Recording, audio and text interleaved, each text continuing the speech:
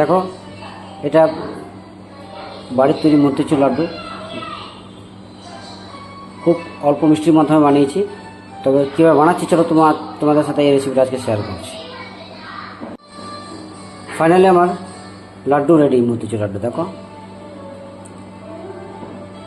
এবার এটাকে সার্ভ করা যাবে।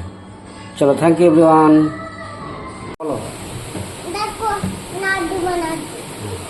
দেখো, ফাইনালি আমার বিষ্ণুবাবুকে লাড্ডু খাওয়াবো, মতিচুরের লাড্ডু। তাই বলে আমি 6 ঘন্টা আগে থেকেই ছোলার ডাল ভিজিয়ে রেখেছিলাম।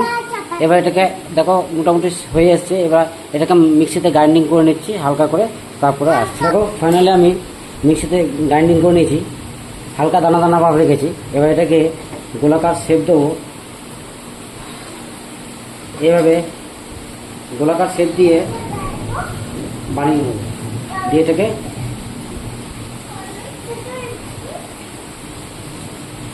এইভাবে গোলাকার শেপ দিয়ে তেলে হালকা ভেজে নেব।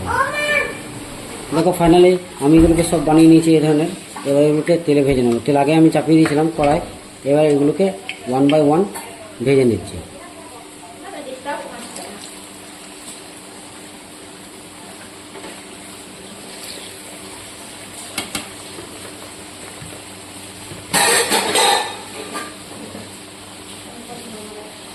দেখো, দিয়ে দিয়েছি। এবার এগুলোকে হালকা হালকা করে ভেজে নেব।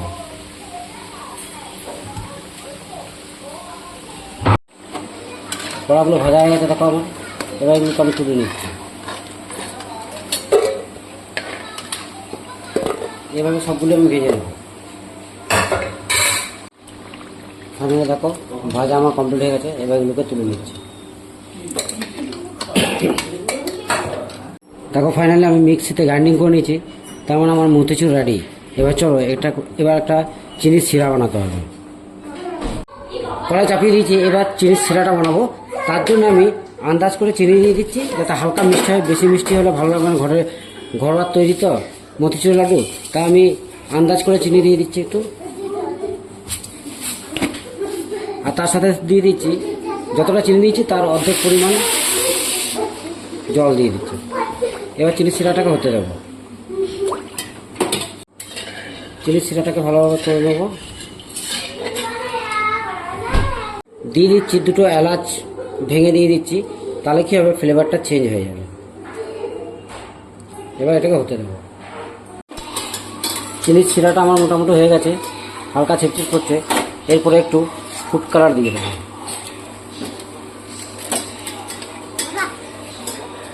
ফাইনালি দিয়ে দিয়েছি। এরপরে আমি মতিচুরগুলোকে এর মধ্যে অ্যাড করে দেবো,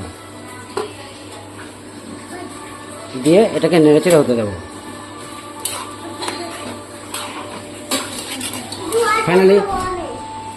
ফাইনালি এটাকে একদম শুকিয়ে নেব, পুরো রসটা যেন এর মধ্যে অ্যাড হয়ে যায়।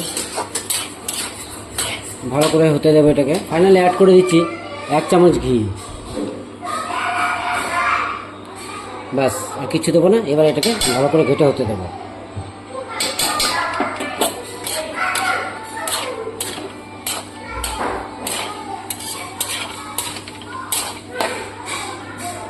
ফাইনালি এটাকে আমি এবার নামিয়ে নিচ্ছি। এবার আমি এই পাত্রের মধ্যে ঢেলে রাখবো। কিছুক্ষণ ঠান্ডা হওয়ার পর এটাকে আমি লাড্ডু আকারে তৈরি করবো।